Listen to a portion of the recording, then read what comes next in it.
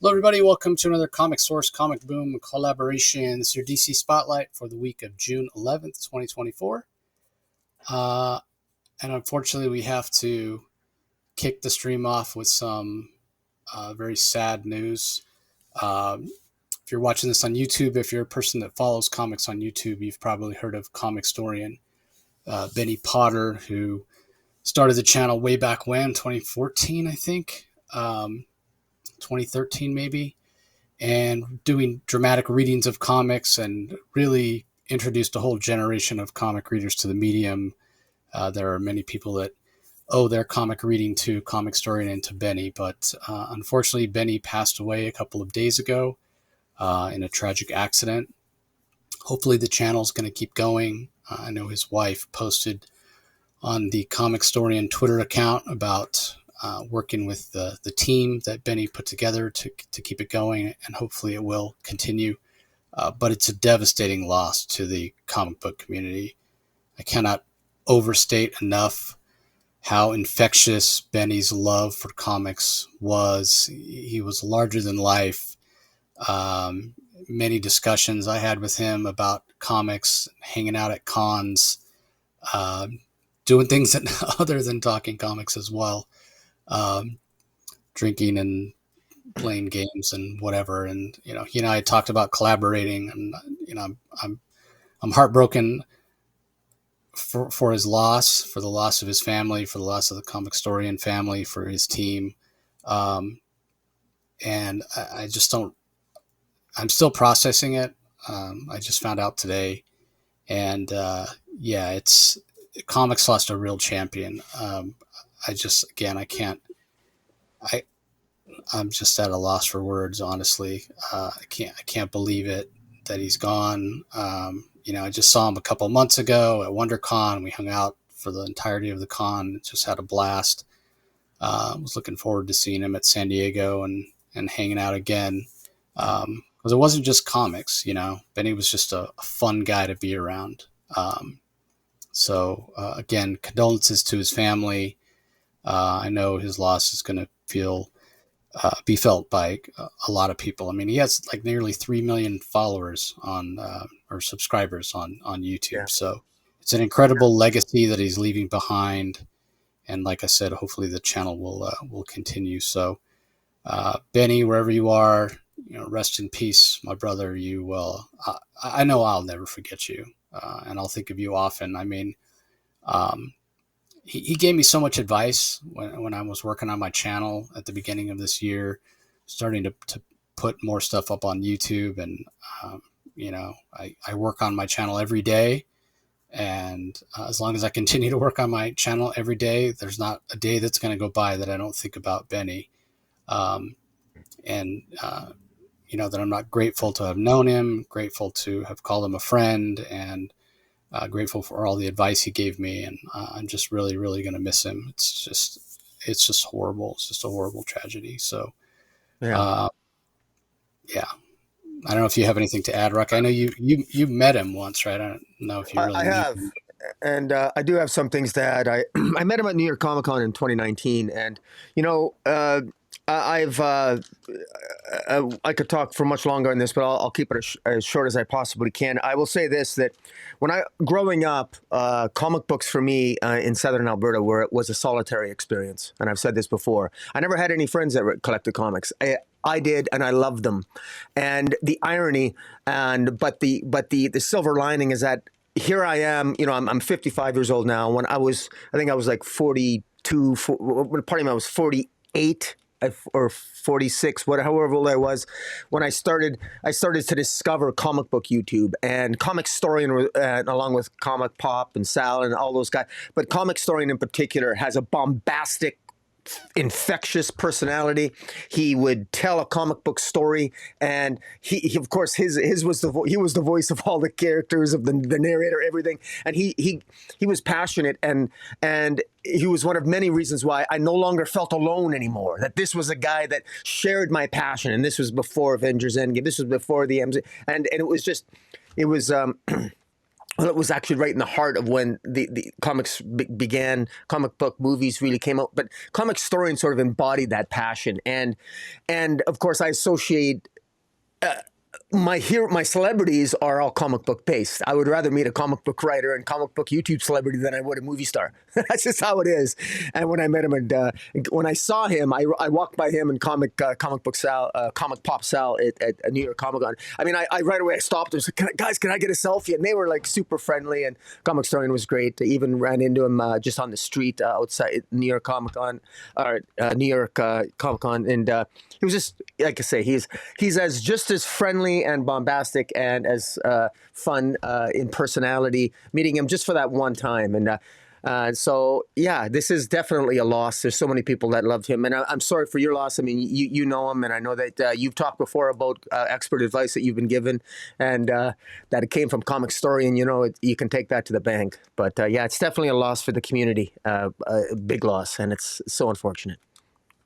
Yeah, I mean, it's all still, like I said, I just found out today, so I'm still processing it. It's all still raw. I'm sure as some time goes by, I'll be able to look back at the times that I spent with him um, as fond memories right now. Like I think back to, especially WonderCon this last year, where we were together basically for all 3 days, all day for 3 days straight. Um, I'll look back on those as fond memories rather than just the loss that is felt right now.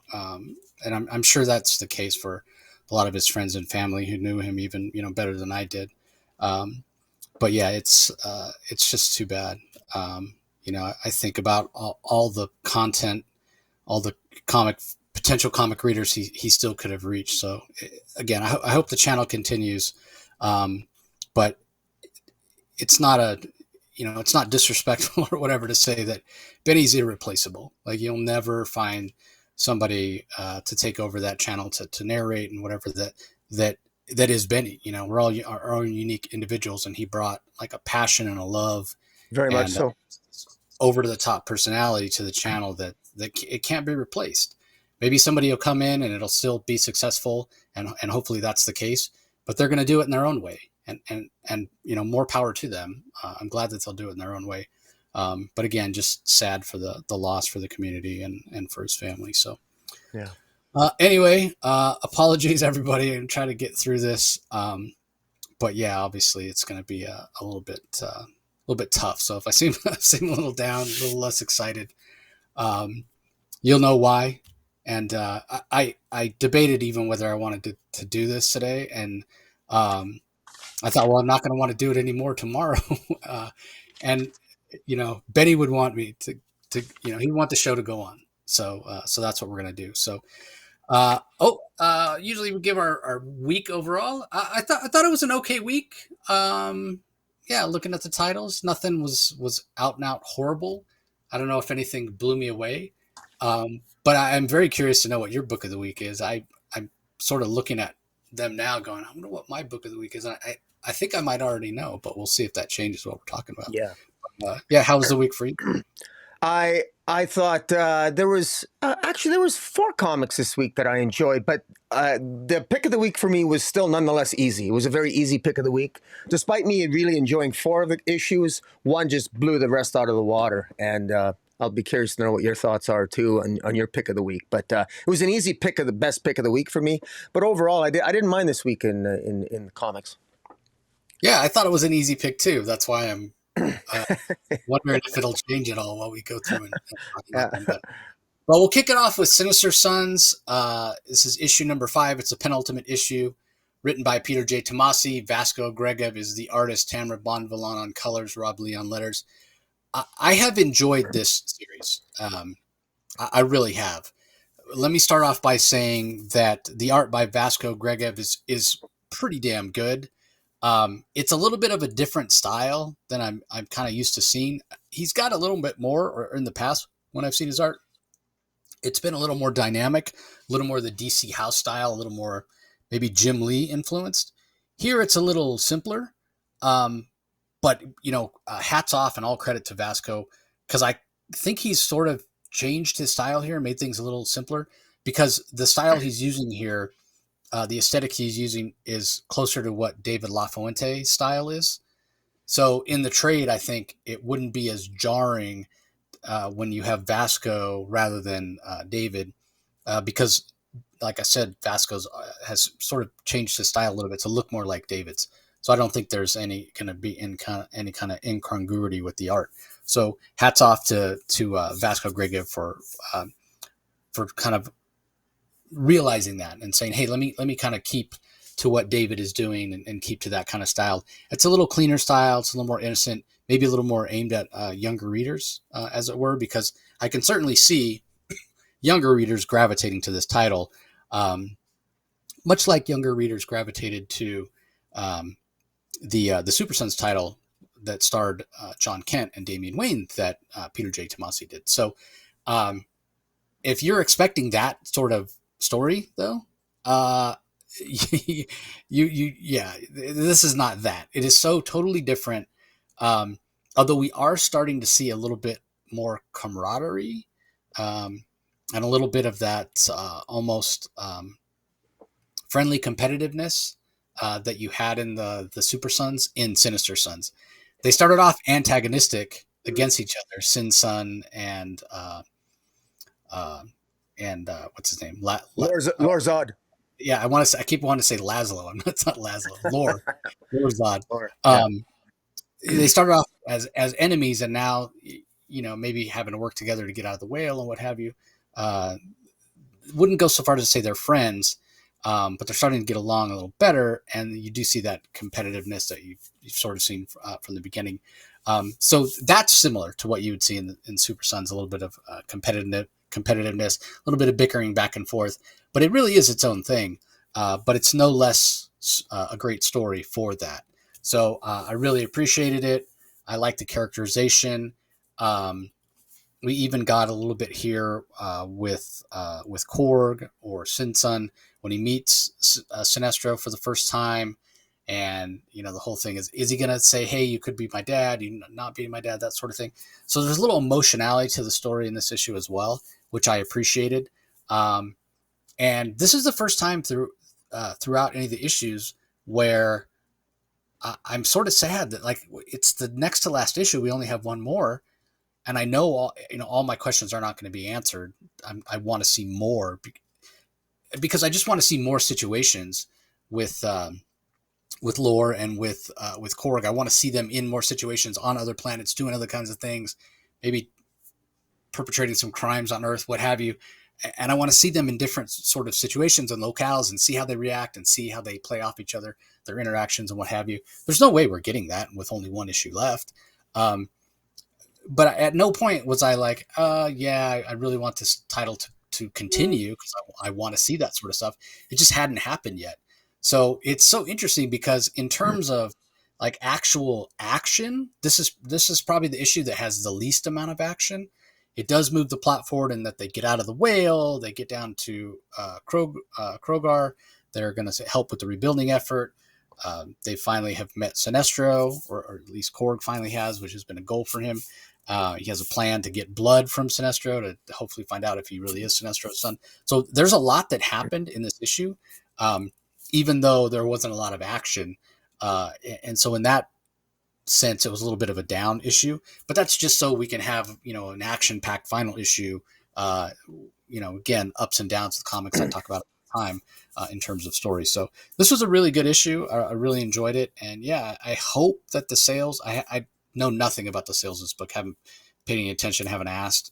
But I hope that the sales warrant a second volume of Sinister Sons. I guess we'll have to see, because there's so much more to do with these two characters. Their relationship is just getting started, really. So what were your thoughts on it, Rocky?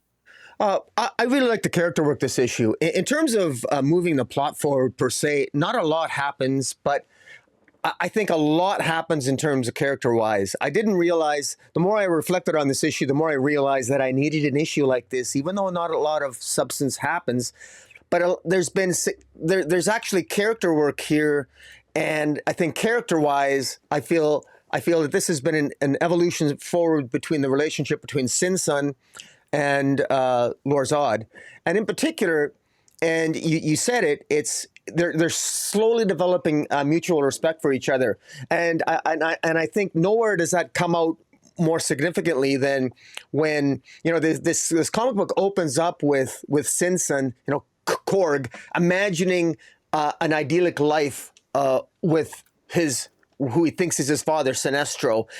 He imagines Sinestro teaching him how to be, teaching him how to fight and be a member of the Sinestro Corps, and he's just imagining that as he's staring at it, and he's sort of taken it back, and Korg even has he's even drawn like a Sinestro mustache on himself that even Sinestro points out, why do you look like that, and what I found interesting is Lor Zod. If Lor was still antagonistic toward Korg, he could have said, "Well, why don't you tell him you're her son?" Or he could have ruined it. But Lor Zod didn't do that. Lor Zod just, you could tell, intuitively knows that this is Korg needs to do this himself, and that's Lor Zod showing a kind of respect that we don't see a lot. We haven't really seen Lor Zod be that respectful of any other character since we've seen Lor Zod in this entire series, even his own father and mother for that matter. And the reason why is because, and it's basically stated and hinted at in this issue, that they both have that fear of their father. They both, Lor Zod fears his own father. It's a dysfunctional relationship. And Sinsen himself is maybe a little bit fearful of confronting Sinestro on it, and maybe just getting that, he wants to find out for sure if he's his father, but maybe he's a little bit fearful of finding out the truth. If he is his father, how will Sinestro feel about him? So you can see all this stuff boiling beneath the surface, and that's what I really like about it, is that, you can, Peter Tomasi very wisely allows the reader to sort of imagine what these characters are going through, and I think it really works. And yeah, so not a heck of a lot happens, but they end up on New Karagar at the end with a promise of obviously the investigation to continue on New Karagar. Korg, cuts his hair. He sort of makes himself look better. I mean, very clearly now these two are. We're getting the type of relationship for these two youngsters, young villains to be that I kind of like. So they've grown on me. So I'm glad. My compliments to Peter Tomasi, because I was a little impatient, and it took 5 issues, but now it really starts to feel like I like these characters more now than I ever did because of the nature of this particular issue. So good stuff. Yeah, you extrapolate it out. What can they be in the future? Another version of Zod, another version of Sinestro. But just because Korg, if he is Sinestro's son, even if he isn't, it doesn't necessarily mean he has the ability to wield a yellow lantern ring. Yeah. Could he be another lantern? I mean, even Sinestro in this issue is not a yellow lantern. And I was going through and I was like, why is he bright? God, they really colored his costume much more red than they should have. And then he said so. He is a Red Lantern right now, right? Yeah. I remembered, oh, yeah, that's right. Jeremy Adams' book, when he got all pissed off, he couldn't get on Earth, and he manifested rage and somehow has a red ring right now. So, yeah, you can see it. He even has, a symbol on his chest is the Red Lantern symbol, not the yellow, which I didn't notice at first. And then he says something in the book about it, Sinestro himself, about having a red ring. And I was like, oh, yeah. So, yeah, that's on me for thinking he was colored incorrectly. No, he's colored as you should be. So, okay. Up next, we have Batman, Robert and Howard, number 4, written and drawn by Jeffrey Brown. This is the final installment of single issues, but this came out as a YA book early last year. And there's Batman, Robin, and Howard Spring Breakout that's coming later this year. It may already be out, as a matter of fact, as a YA book. So, as I said, final installment. I do think that I really enjoyed this story throughout. This final installment, though, really shows that this was written to be read at once. Because I'll say, reading them as single issues, I enjoyed the first 3 more than I enjoyed the last one. And I feel like the last installment here suffered a bit more from having it as a standalone than the previous 3. And the reason for that, I think, is just because of the nature of storytelling, right? This is the one where everything sort of wraps up, but without kind of the buildup and the context of the first 3. Not that I still didn't know what happened, but this one had a harder time standing on its own than the previous one did, because it was all the feel good. It was all the payoff. It was Batman getting rescued by Robin and Howard. It was Robin and Howard being friends, and despite them not winning their soccer championship, they worked well as teammates. They did a great job on their science project. Like, it was all payoff, but it was none of the build up to the payoff. Because again, just the nature of the way that it was released in singles. So still very, very good. I still enjoyed it. I think the art is very accessible for young readers. But yeah, this is, if you haven't been reading this, if you haven't been picking up the singles, don't go buy the singles. I would recommend, or go buy them all so you can read them all at once if that's what you want to do, or just go buy the collected edition that came out first. It's a little bit of a smaller format, I think. Easier to carry, not going to get damaged as easily, and you could read the whole story at once. You got it all in one collection. So that's how I think it should be read.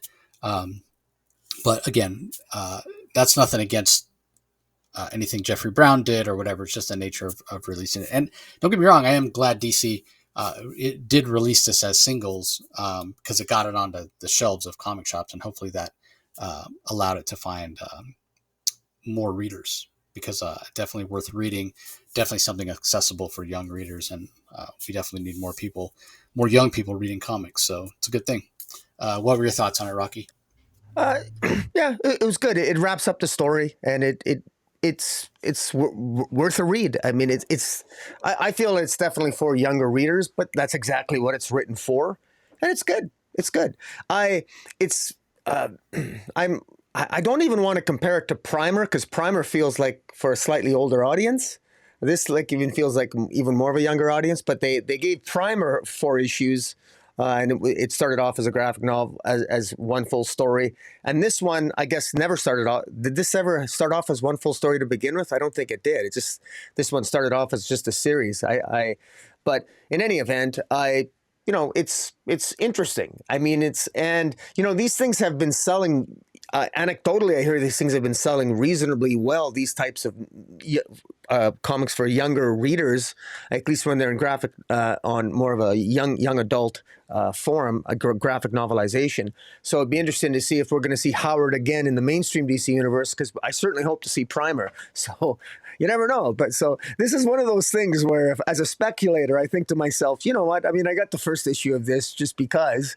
You never know. You never know, because comic books at DC are under a little bit of a transformation. One can hope in September, a revitalization, yet another rebirth, I know, of sorts.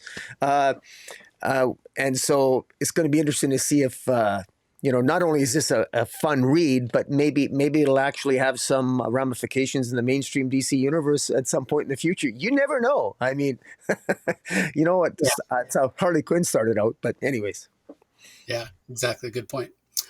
Okay, up next we have Blue Beetle number 10. This is from writer Josh Trujillo. Adrian Gutierrez is the artist. Will Quintana on colors. Lucas Krytonian on letters.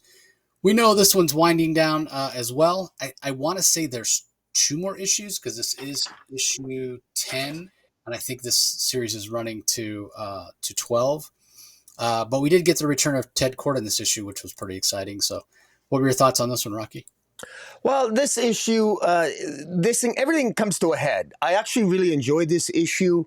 I actually feel that Josh Trujillo has slowly improved as a writer, because I think in the first arc, in the first 6 issues in that first story arc, I thought that it was a little bit choppy at times. It was hard to follow some of the progression of the story, but I got the gist of it, and I do think that there was an interesting story there. I think a lot of the weaknesses of the first arc, I think he's addressed that here.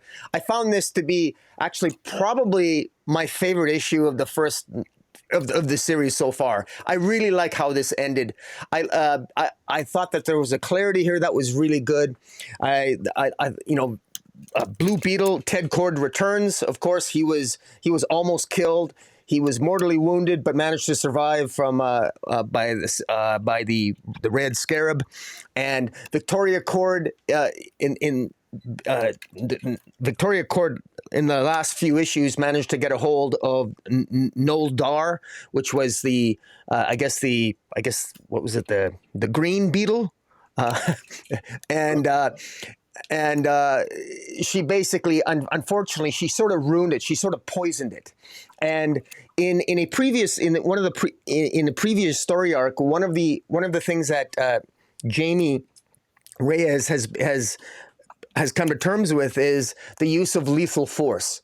And it was kind of disturbing at the end of the last story arc where Kaji Da, the beetle that gives Jamie Reyes his powers, it basically made the decision for him and basically used lethal force against the Red Scarab. And it was very unfortunate, but there's a tension between the Kajida and Jamie Reyes. And what's interesting here is through the help of Ted Cord and sort of a redempt, and Victoria Cord sort of seeking some kind of redemption, Victoria Cord perverts the power of Noel Dar and combines it with the pinnacle robotic construct that she created, and it's become corrupted.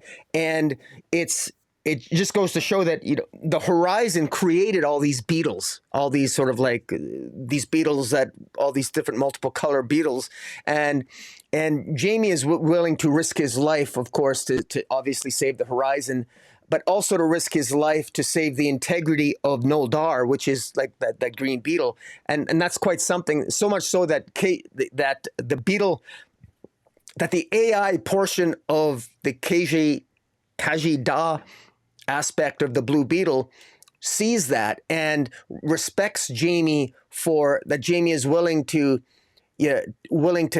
risk his life to save essentially a scarab, to save one of the scarabs, and the Kajida scarab thanks Jamie for doing that. And so it sort of brings that whole lethal arc story full circle, that, you know, that despite the fact that the scarab itself was willing to take a life, Jamie still wasn't. And so there managed to be a meeting of the minds between Jamie Reyes and the scarab itself, Kejida. And I thought that was really nice how that sort of came full circle, that he managed to even influence the consciousness of an AI construct, which was that scarab itself. And I thought that was really good, cool.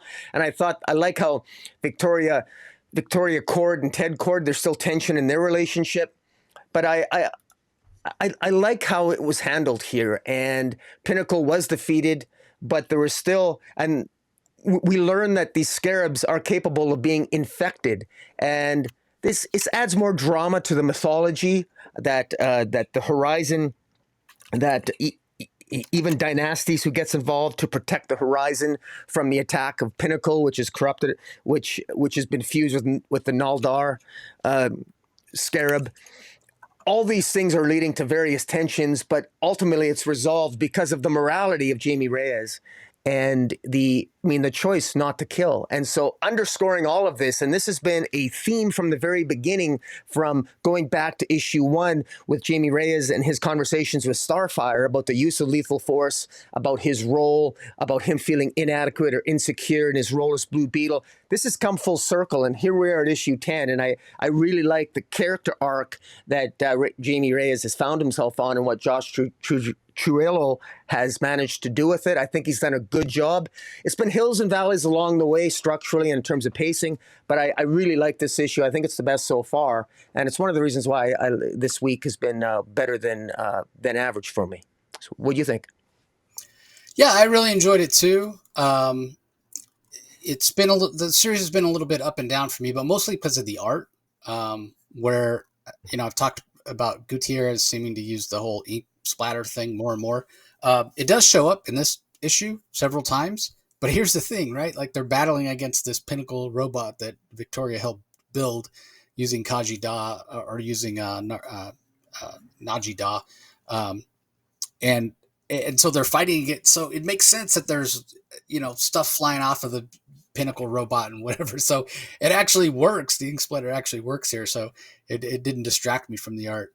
And I think Gutierrez does a fantastic job. And at no point has his storytelling ever suffered.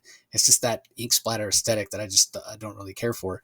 And actually, there's a sequence in this book that that really shows the strength of Gutierrez. It's that page that you have up right now, Rocky.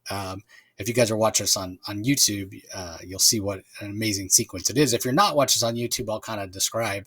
So Jaime is fighting against this this pinnacle robot and what have you, and he unleashes all his power and blasts a giant hole in the middle of Pinnacle. But just as Victoria has said multiple times, the thing can heal itself. So it's a fantastic series of horizontal panels that go across the page. And in the first one, we're behind Pinnacle, and we can literally see Jaime on the other side of Pinnacle because there's a giant hole in the chest of the Pinnacle robot.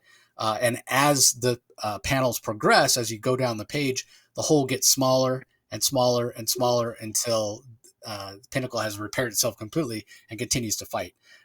Again, something that comics can do. I mean, you could do this at live action, but I would argue it wouldn't even work as well in live action because we've seen that before in live action, right?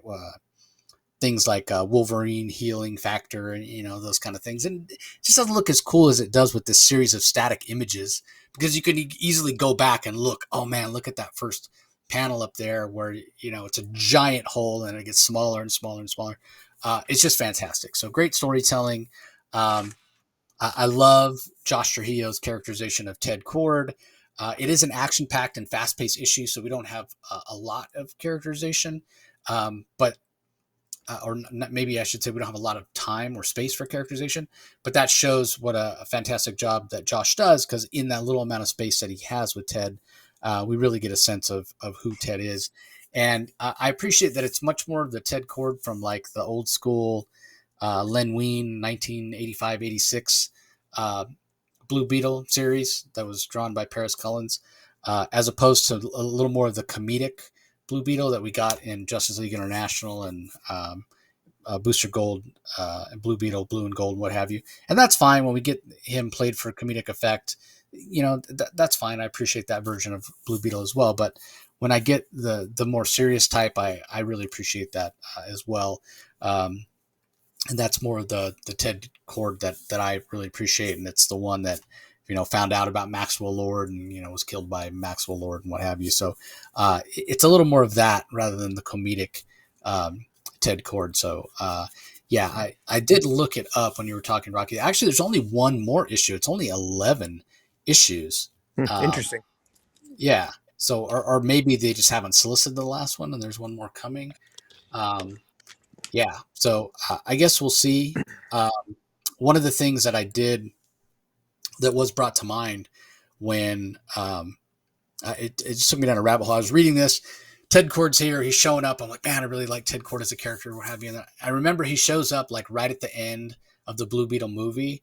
But it's more like his voice. We don't really get to see him. Like it's too blurry to really see. And I was curious. I'm like, well, if they bring him back, excuse me, if James Gunn brings him back in his DC universe films, would it be played by the same guy or whatever? And I didn't even remember who it was. So then I went and I looked it up online and to see who it was. It's some guy I've never heard of, didn't recognize him or what have you. Not really a big name actor. And he's not even credited in the film. It just says Ted Cord and has the guy's name that says uncredited.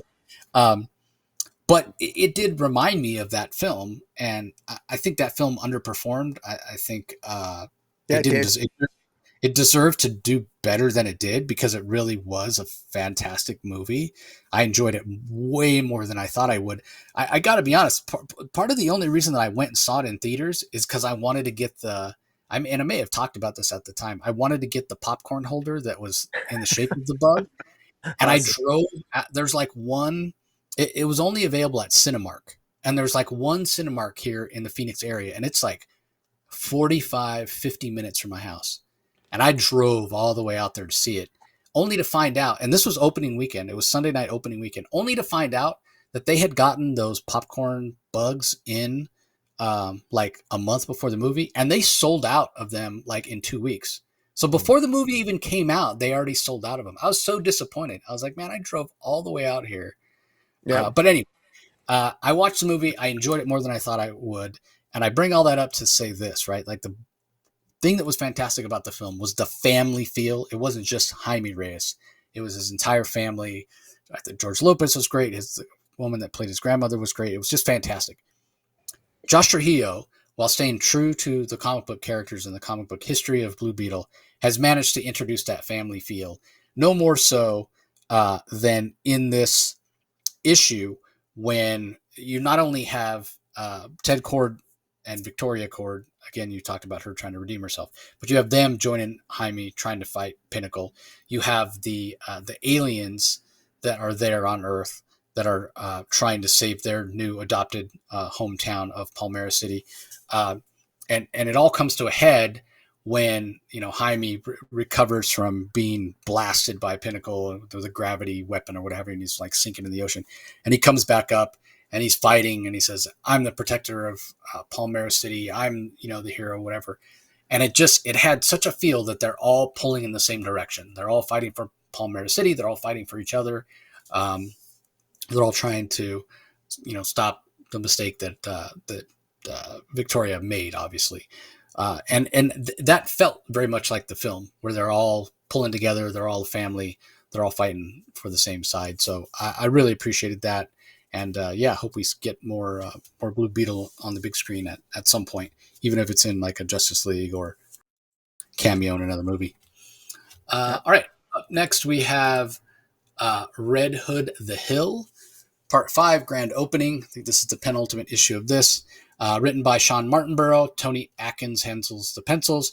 Shawn Martinbrough on inks. Matt Herms on colors. Troy Peachy on letters. Really seems like the action is amping up. Things are coming to a head. Demetrius Corley Jr. here seems like he's on the verge of being exposed to the greater public, I guess you'd say, as somebody who's not what he appears to be. He's not this legitimate businessman. He's a wannabe gangster. He's a criminal.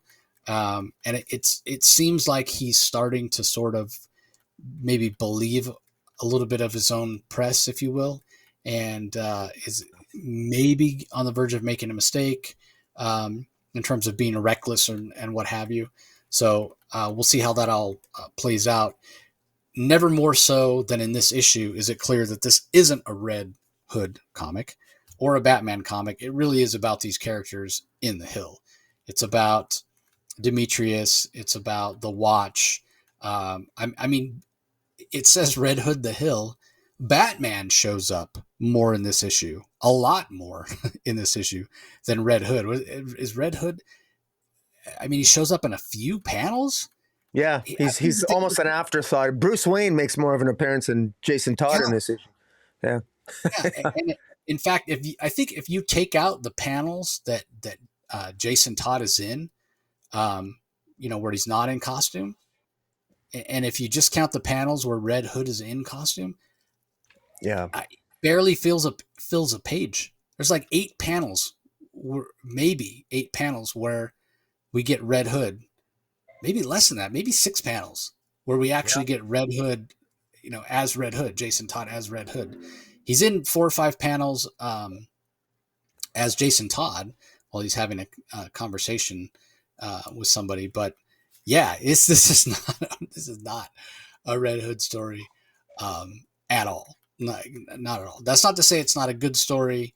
I think you and I have both talked about why they probably called it Red Hood as opposed to calling it just the Hill or what have you.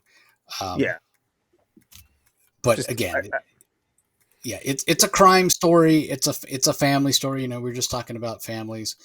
Dana, it's almost her story more than anyone else's, even though she has her own faults. Her temper, maybe she lets I think her temper get the best of her. Doesn't always make the best decisions. Maybe kind of exposes herself to being a little bit more vulnerable than she should be, because she doesn't allow her cooler heads to prevail. But ultimately, I think reading this all together as a single story, it'll play pretty well. And I almost wonder if DC shouldn't have released it that way. Because then the lack of Red Hood or lack of Batman, I don't think it would have been as pronounced. You could almost have called it something like A Tale of Gotham City, The Hill, or something like that along those lines. I think it might have played a little bit better. But anyway, I'm interested. There's only one issue left. We'll see how it all wraps up. We'll see how memorable it ends up being. But I definitely enjoyed it.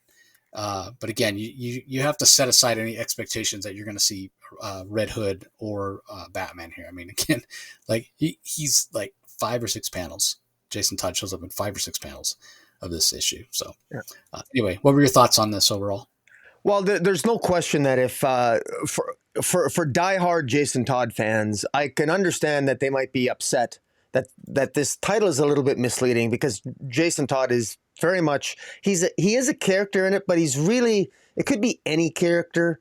It could be any bad character that plays the role Jason Todd does, quite frankly, with an easy tweak to the story. But I still enjoy it. And you know, interestingly enough, it's one of the central conceits of the narrative itself that the Hill, Red Hood, the Hill, which is the name for that part of Gotham, that Batman doesn't show up to in very often. So it's actually a part of Gotham that Batman has, whether you accept this or not, that the Hill is sort of often that part of Gotham that Batman doesn't involve himself in quite often. And that's almost inherent throughout the story. Each of the characters, Dana and Denise. Dana, who is a former Olympic gymnast who was injured and became more of a fighter, and then her sister Denise, who became a reporter. It's sort of the central conceit. They've mentioned more than once at different parts in this narrative in the first 5 issues how the Hill is often a forgotten part of Gotham, and even so, Jason Todd showing up in the background, he's there to basically sort of highlight these characters of the Watch, you know, consisting of Sophia, Kish, Anna, Gary and his husband, Denise and Dana Harlow, and they're against this Demetrius Carley Jr., who has who's sort of assuming his father's legacy. His father, Demetrius Carley Sr., was caught by Batman and did time in jail as a former mobster. And then Demetrius has a sidekick, or sort of like a woman who's helping him out, named Lenora. And Lenora's father was the sidekick to Demetrius's father and was killed. And so with the allegiances and the betrayals that might take place, this story is very well done. I say again, I've said it before, and I'll say it again. Shawn Martinbrough, who does the writing and the inks in this issue, he inks Tony Atkins' art. This is a well-crafted story. This is very well done, and it reminds me a little bit of James Tynion's The Joker, where it was really a Commissioner Gordon story. And if you could get over the fact, if you could stop being pissed off that it was really a Commissioner Gordon story, it was a decent story through most of it anyway. That's how I feel about this. This story is worth the read. And these characters are interesting. And also, I will say this, as somebody who loves DC and loves new characters, these are characters that I like. They're organically developed. They're well done. The art's good. And as a part-time speculator in today's comic book market, this is probably a comic book series that is under the radar of most people. Sales are probably lower than not, which makes it prime speculator territory. A lot of key first appearances here. Pick up this comic, because not only is it, I think, does it have key issues, but this is a well-crafted story, and if you stick with it, you're rewarded with a good story. And it's not even over yet. This is really, it's building to what I think is going to be a kick-ass ending, because with Bruce Wayne here, you know, Demetrius Carley Jr. is at this gala. Bruce Wayne is there. He thinks he wants to attack and rob the Wayne Foundation, but Bruce Wayne, I think, and Jason Todd are sort of playing Carly a little bit. They know what's going on. They're sort of, I think they're provoking Demetrius to come out into the open and to actually join the people that are going to be robbing the Wayne Tech. There's a lot of moving parts here. It makes sense. It's well crafted. It's well done. And this is one of those ones that's flown under the radar, I think, of a lot of DC readers who maybe could spend less time complaining about the state of DC Comics and actually read them. It's a good comic. Yeah. people actually reading comics, insanity. Yeah. Okay, up next we have Batman and Robin number 10 from writer Joshua Williamson, Nicola Sameggia, and Simone DeMeo handled the art. Rex Lucas on colors, Giovanna Nero on colors. I thought this was okay. It felt a little anticlimactic. It's like this has been the entire story the whole time. For 2 arcs, it's been Shush and then it's been Man Bat, and for all the buildup of Damian Wayne thinking that one of his teachers was Mistress Harsh and what have you, and then it gets revealed last issue, but it almost feels anticlimactic because it gets glossed over. And it seems like that's because of the attack on Gotham that Man Bat is perpetrating, and we'll come back to it later. Instead, in kind of the wrap-up epilogue pages here, it's just mentioned, oh, yeah, you're right. Principal Stone was Mistress Harsh, and then we see Chase Meridian, of all people, locking her up or, cuffing her and taking her away. And we find out that Shush, was the previous Principal medical associate. No, Victoria Stone was the principal that turned out to be Mistress Harsh, but Shush was previously a medical colleague of Hush, and that's why Shush and what have you. But again, they're little kind of afterthoughts, almost like little cleanup moments. The actual story with Man Bat, I don't know. Maybe Joshua Williamson just tried to squeeze too much stuff in here with Mistress Harsh storyline, with Shush storyline, with Man Bat storyline. None of them really feel like they have really a fair shake at the amount of real estate they need. I don't care that Man Bat's even in here. He ends up being the big bad of this first 10 issues, but I kind of don't really care.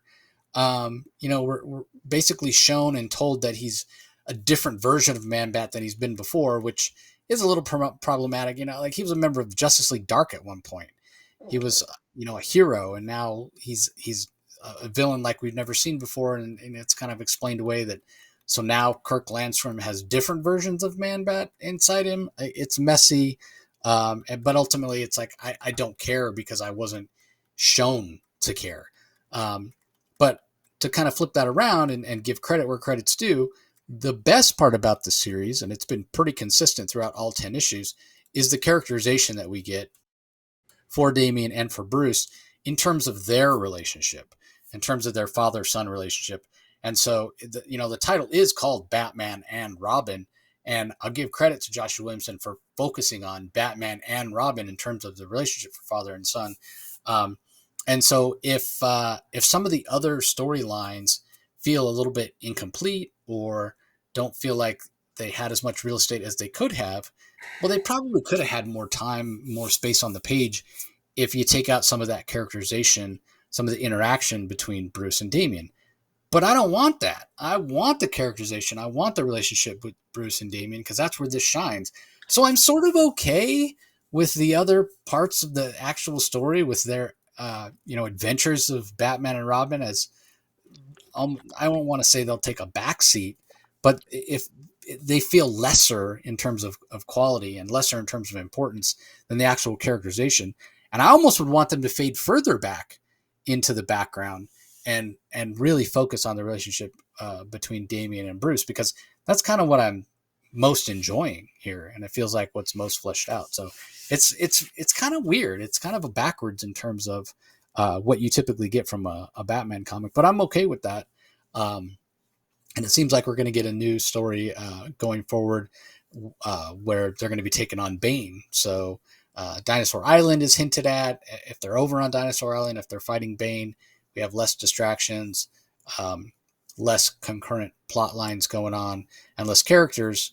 It might feel a little better balance between the action and the characterization of the father and son relationship. So we'll see how that all plays out. I thought the art was okay. I mean, again, I've said it ad nauseum at this point. I'm not a big fan of Simone DeMeo's art in this book.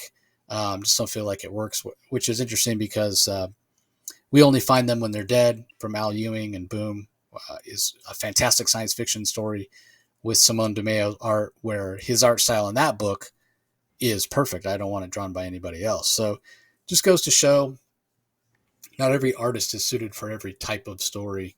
But for me, yeah, him on a Bat book where you sort of expect things to be darker and in shadows and what have you, and we've got his bright purples and pinks and blues. It just doesn't work for me.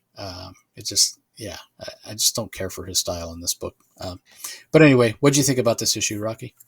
I was a little bit confused at the end. Nobody shows up with Goliath, which is kind of cool. I like that Goliath showed up Yep. because I like that creature. But then nobody says that she found Bane and that, because she was investigating whether or not Bane really died in the attack on Arkham. And I'm thinking, is that going back to prior to like Joker War? Like, is that, I thought Bane had survived the attack at Arkham, and he in the Joker series written by James Tynion, Bane ended up showing up in that issue as alive. So I'm not sure when did Bane die in an attack on Arkham? That was way back prior to the Joker series, wasn't it? Yeah, I think so.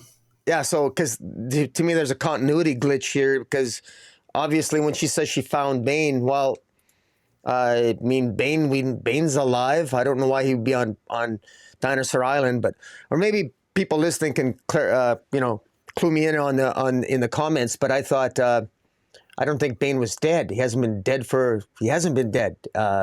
He supposedly he was rumored to have died in the attack on Arkham that ultimately led into the Joker series written by James Tynion, and then Bane ended up being one of the main bad guys there, showing up along with his daughter Vengeance. But in any event, not a big deal. I'm sure maybe Joshua Williamson will explain that. But in any event, I share a lot of your comments in this series in general.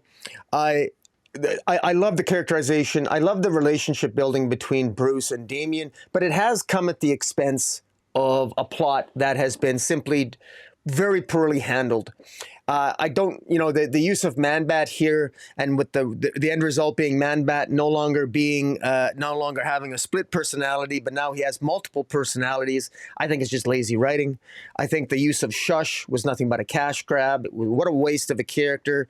Utterly boring, nothing interesting about her whatsoever. Shush isn't much of a villain at all, and not only worse than that, she's remorseful. So she actually ends up siding with Batman, and she isn't really a product of Hush. She's as a villain, she was just utterly uninteresting.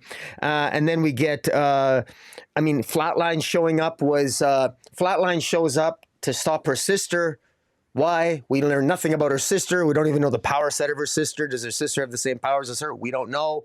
Flatline showed up. Why? We're not certain. Apparently just to make an appearance. And then, I like Flatline ends up talking to the ghost of Ra's al Ghul. She calls him Ra's al Ghost. And she doesn't bother to tell Damien that she's actually speaking to the ghost of his father, which I guess is interesting. She shows up, her and Flatline and Damien clearly have a crush on each other. And so that's not really, they clearly have an attraction to young potential budding love. And although that's not developed, I don't really have an issue with that. I wish there was a little bit more substance to her appearance. These last 6 issues, there's been the plot has been not particularly interesting, but you're right. There has been some interesting development in the relationship between Bruce and Damian. They've gotten closer as father and son. I just wish I wouldn't feel so divorced from the other Bat titles, where clearly the closest of Damian and Bruce is simply not as significant as it is in this title. But I like what Joshua Williamson is doing here. But again, the plot line is the plot line is just very, very disappointing. And I agree with you. Simon DeMiro on the art is not my favorite artist, but overall, it's sort of grown on me. And Nicole says Magia, whose name I butcher all the time. I don't mind his artwork. And again, I do like Flatline calling Ra's al Ghost. That's kind of funny. And I don't know what's going to come of that storyline. What is the purpose of having Ra's al Ghost being a ghost, an apparition that only Flatline can talk to? where's this plot line going to be going? What's the significance of that?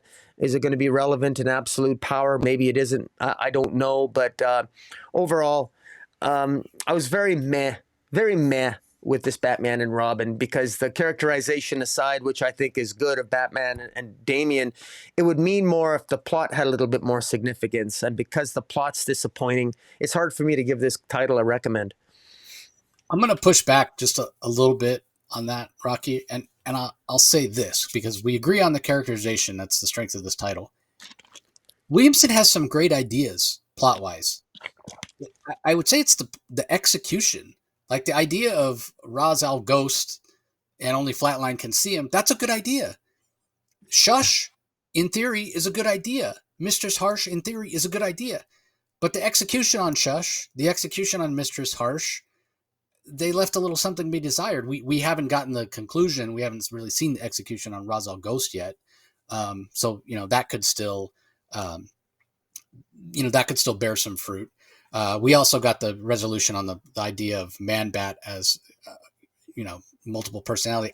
That one I can't say is a good idea. Like you said, lazy writing. I sort of agree. Why not just come up with a new villain, or they could have done something different with it. Not to play script doctor, but like just instead of Langstrom, turning into Man-Bat, maybe he turns into an even more mutated Man-Bat.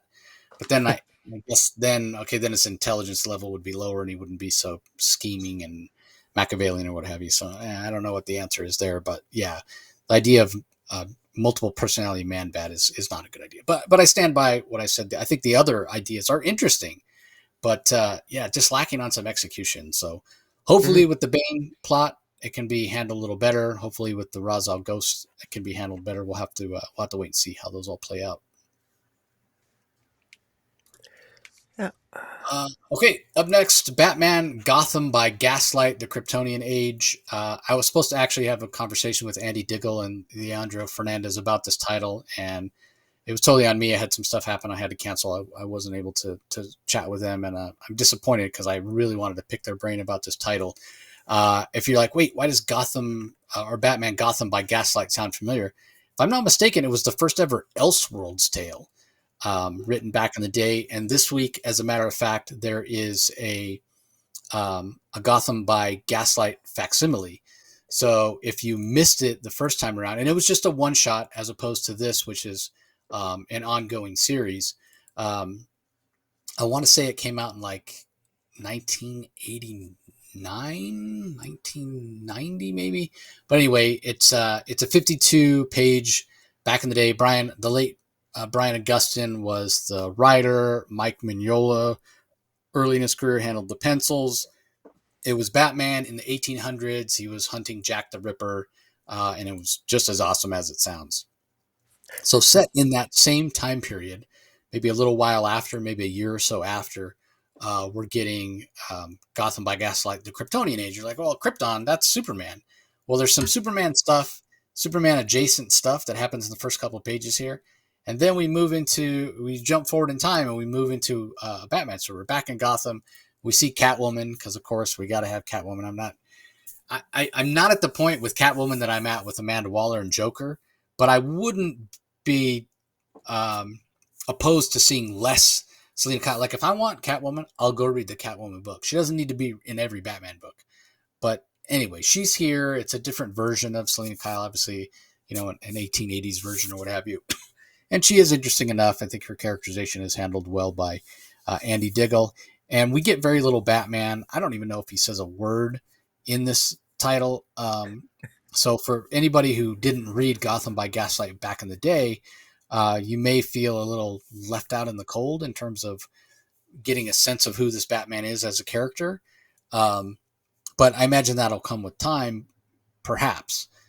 Because again, that title does seem so incongruous. Like, okay, it's Gotham by Gaslight, which is Batman, but then Kryptonian Age with Superman, and it's clearly there's something going on with like a kryptonite like ring, or a ring made out of kryptonite.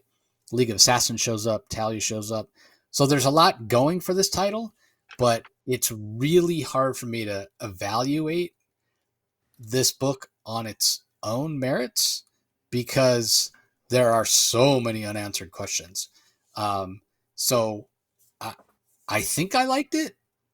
The art by Fernandez is fantastic. I thought the color work was really great as well from Dave Stewart. But kind of expect that from Dave Stewart. The guy's a fantastic color artist. So jury's still out for me on this one. I think I liked it. I can already tell this is going to be one of those first issues. I'm not going to be able to judge what the quality of the first issue was or how much I enjoyed the first issue until I have more context for the happenings of the first issue. So I know it's a little bit of a cheat, but there's a lot of potential here is what I'll say. So anyway, what were your thoughts on it, Rocky? I absolutely loved it. Where in all the areas where you say the jury is still out for you, I've already rendered judgment. I'm the member of the jury that I'm voting guilty of loving it immediately. I don't need to look over the evidence. I've one read and I'm hooked. I'm in it. I love it. And I love this Selina Kyle. This is the best version, one of the most refreshing iterations of Selina Kyle I've seen in a while. I love the setting. It starts off in 1860 with the rocket ship coming down into Kansas. You know that's likely going to be Superman's going to be in that ship. We know that it even gives reference to the Kent family has been given permission by the chief Black Condor. So I referenced the Black Condor freedom fighters to travel through the Kansas territory in 1860, and then it flashes forward after the rocket explodes and lands, as Black Condor Indians look upon the green explosion with this rocket ship that opens up with a green light, and then we flash forward to 1893, 33 years later. Which I think is just perfect. When I think of the number 33, I think of that's how old a lot of the messiahs are, the avatars are in religious myths. 33 being the year that Christ had his final year and he was crucified. Like that, the avatar year, it's the magic number of 33. And it's just perfect. 33 years later, and then we're at Gotham, and then we're introduced to Selina Kyle. I love the characterization of Selina Kyle. I love this issue. It didn't even bother me that Batman barely shows up in it. I think you asked if Batman says anything in this issue. I think he grunts. I think there's one scene where he grunts and goes as he's spying on Selina Kyle as she's robbing the Kryptonian Age museum gala of what looks like a mysterious green glowing ring. Could there be an overlap between the Kryptonian / Superman mythology with Green Lantern? We don't know. But it's those types of questions that pull me into this story that make me want to read the next one. I particularly love the fact that this is a Selina Kyle who she pays off cops. She protects the destitute women. She works. She wants to make the lives of women, particularly women of the night. Prostitutes, she gives them silver dollars. She helps them out. She refers them to the Felix Home for destitute women. And then I love the power she has over the elite of Gotham. You know, Lady Selina Kyle shows up at this big Kryptonian museum gala, and all these rich businessmen are afraid to, their wives hate her because she's rumored to be the leader. She's rumored to be owns the gentlemen's club, and all these ladies of these husbands. You can tell the husbands all frequent the gentlemen's club, but they don't want to say anything in front of their wives. And the way that Selina Kyle slowly has that power over them, and none of the husbands will betray her, will betray that confidence. Meanwhile, the wives are just bickering like little flamingos in the background, whispering terrible things about this Lady Kyle, while the men are being, very, paranoid and silent. As I just thought the mood and the ambience that Andy Diggle scripts there, I think it just absolutely nailed those moments, and it just made me chuckle and laugh because that's exactly what I would expect Selina Kyle to do. The type of power that she has, and I feel that Selina Kyle has a power and almost like a silent power.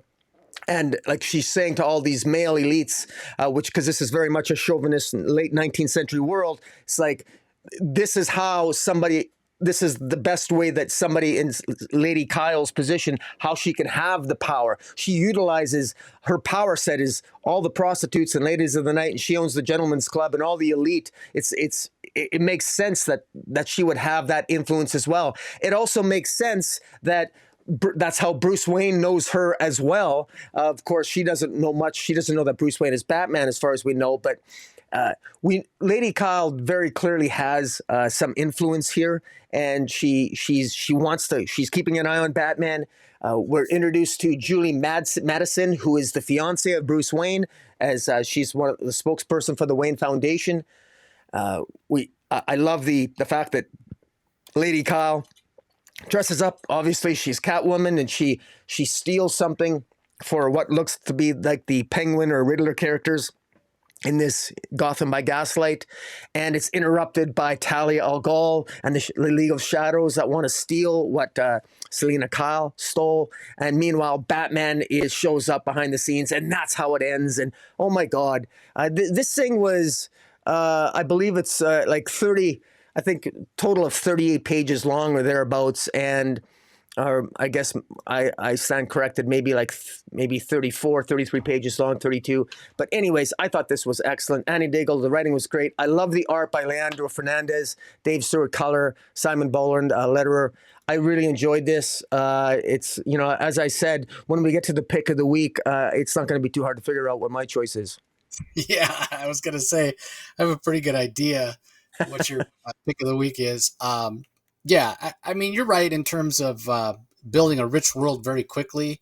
Andy Diggle, you mentioned the husbands who've, probably been to the brothel, very deferential to Selina Kyle, that all rings true or what have you. But I also, I'll give a shout out to Diggle and Fernandez both for incredible action scene. Like that fight in the bell tower or wherever it is was really done well, where the League of Assassins shows up and what have you. That was really exciting. So anyway, let's move on. Up next, we have Outsiders number 8 from writers Jackson Lansing and Colin Kelly. Robert Carey on art, Valentina Tadeo on colors, Tom Napolitano on letters.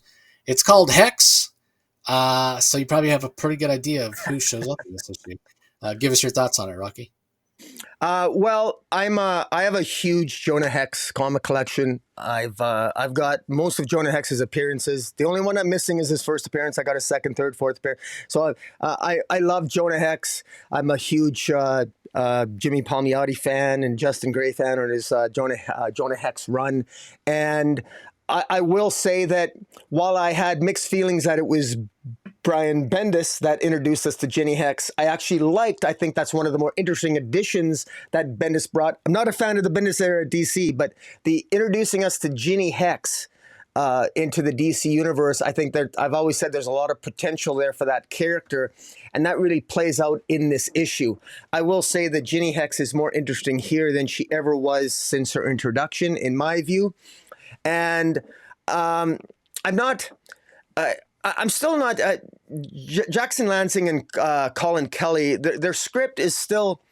This entire series has been hit and miss with me, but it's fascinated the hell out of me because very clearly something's happening, and we know that the drummer is trying to figure out, or I guess Jaquita Wagner is trying to figure out, to try to bring back the planetary world that has been lost. And we learned that last issue. In this issue, we end up meeting Ginny Hex, and she's kind of got a mystical gun that she's shooting. That I'm going to call it a ghost gun, and unfortunately, it's kind of cursed that when she uses the gun, and which was initially used by Jonah Hex in an adventure that the ghost of Jonah Hex shows up and makes commentary on the history of the ghost gun. The minute you shoot somebody with the ghost gun, the ghosts of everyone you kill comes back, and you're in a constant state of a never-ending immortal cycle of killing the very ghosts that keep coming back. So you're forced to sort of continue to kill all the ghosts of the people you've killed with this gun, and The story itself is not particularly sophisticated. Batwoman is contacted by Jenny Crisis, the spirit of the 21st century, and Jenny Crisis tells her that in her ongoing adventures, she knows that this Ginny Hex needs some help, and this Ginny Hex is in this small Midwestern town, and she needs help, and because something odd and strange is happening there, and it's hard for Jenny Crisis to define it, and so Batwoman, even though she's already left the Outsiders, she kind of made a promise. And the fact is, Batwoman cares. She cares about Jenny Crisis, and she cares about other people in Crisis too. That's just the nature of Kathy Kane. And so she goes and she meets Ginny Hex, and ultimately discovers the history as told by Jonah Hex of this gun. And one of the things that Brian Bendis did when he introduced us to Ginny Hex is that Ginny Hex actually had a big chest, a wooden chest. And in the chest were all kinds of trinkets from history. A lot of it we assumed, a lot of it we never found out what it was because Bendis left DC. And so a lot of the stuff that's in Ginny Hex's chest is sort of a mystery. We never actually see the chest here, but I'm saying that for people that don't know much about Ginny Hex. One of the things that was in the chest was this gun, this ghost gun, that Ginny has never used before. Ginny Hex, when she was a member of Young Justice, she used a space gun. Kind of corny. I think she was a little bit too happy-go-lucky, too hopeful a character. This is Ginny Hex. She should be a darker character. That's why I like her iteration here. She's facing a darkness, and she makes reference to being a superhero, kind of a superhero. But I like that there's even a passing reference, a comical reference by Jonah Hex mentioning that she used to, have a space gun. Well, I like the fact that this is a little bit more horror-based, more real, more visceral, and it requires a sacrifice to be made, and Batwoman makes it by taking the gun from Ginny Hex and using it, and whoever last uses the gun is sort of forced to deal with the consequences of that, namely shoot all the ghosts of all those that were killed by the gun. One of my frustrations is that we still don't. It's still a big mystery as to what the hell's going on in this title. But I really like the story with Ginny Hex. But at the same time, I'm frustrated because I wanted Ginny Hex to keep the gun. I don't want the gun to go to Batwoman. I like Ginny Hex. I wish Ginny Hex would keep the gun and join the Outsiders. I think that'd be a real cool. I don't know. That's just my bias because I want Ginny Hex to be. She's the new generation Hex, and she should be written in a darker way. And I think she's a character that has so much potential, and it's one of those rare characters that Bendis introduced that I think can be a more welcome addition to the DC universe moving forward. So I like the story here. I like the story as a done-in one. I'm glad we saw Ginny Hex, but it's still kind of a mystery. It hints of a larger crisis, of a larger threat. Next issue is going to be about the lost city of Canaan. So clearly there's multiversal forces at play here. But again, what exactly they are, I don't know. But it was good to see Ginny Hex. So what do you think of this issue? Oh, you're on mute, my friend. Sorry. Yep, sorry about that. I always got to do it at least once an episode. Yeah, and I was saying I agree with you that I want Ginny Hex to keep the gun as well. I don't necessarily think that we've seen the last of her. It may very well be that the spirits of the people the gun has killed may continue to pursue Kate Kane, and perhaps she does have to turn the gun back over to Ginny Hex. We'll see. Because I agree, she's an eclectic character. She's unique, she's different, and it's interesting because I had this conversation with somebody recently. It might have been you, actually, when you were here. It was this whole idea of Jonah Hex, of Ginny Hex, and the idea of how that works in terms of Old West, and you can tell stories. And again, when Jonah Hex was at his peak in the 70s, different time, different sensibilities. And it's sort of addressed here, it's sort of brought up, which was interesting because, like I said, I just had this conversation. The whole idea of a good guy with a gun, right? Good guy with a gun justified in killing people. and why I thought Jenny Hex, although an interesting character, would be such a tough character to have. And probably why Bendis gave her a space gun, right? Because then you can say, oh, she's just stunning people or whatever. Because even nowadays, you can't just have somebody with a gun going around killing people, even if they're bad guys. That makes that person who's killing them a murderer any way you slice it, right? It just doesn't work with today's sensibilities and today's kind of aesthetic. Even go back and look at something like Dark Phoenix, which was in the 80s, that's 40 years ago now, people. 40 years ago. Over 40 years ago, Dark Phoenix saga. And Jim Shooter at that time saying, no, you got to have consequences. You can't just go and destroy planets. Sort of the same thing. Obviously, Jenny Hex is not destroying planets, but she is killing people with her gun. So I say all that to say this. The Outsiders would be a great place for her to be, because if they're fighting against monsters, they're fighting against things that are esoteric. If she does have some sort of a gun or some sort of a firearm that's more of a traditional firearm and not some magic space gun that stuns people, then you don't mind if she's killing monsters or she's killing demons or she's shooting people that are in some sort of alternate reality where it's not even really real. You can get away with that. So that's why I feel like her in The Outsiders makes a lot of sense, because you can keep her more closely associated as a Jonah Hex-like character. You can keep her there with, a couple of 6-shooters that she pulls out and shoots monsters, and then people don't care that she's, quote unquote, killing or murdering. So you can align her more closely with who Jonah Hex is as a character, and keep that legacy feel going. And you don't have to deal with the whole, well, she's shooting people, she's murdering people, she's a bad guy. Because the other thing that doesn't work is you can't always. It's not Barnaby Jones. You can't always shoot people in the shoulder every single time.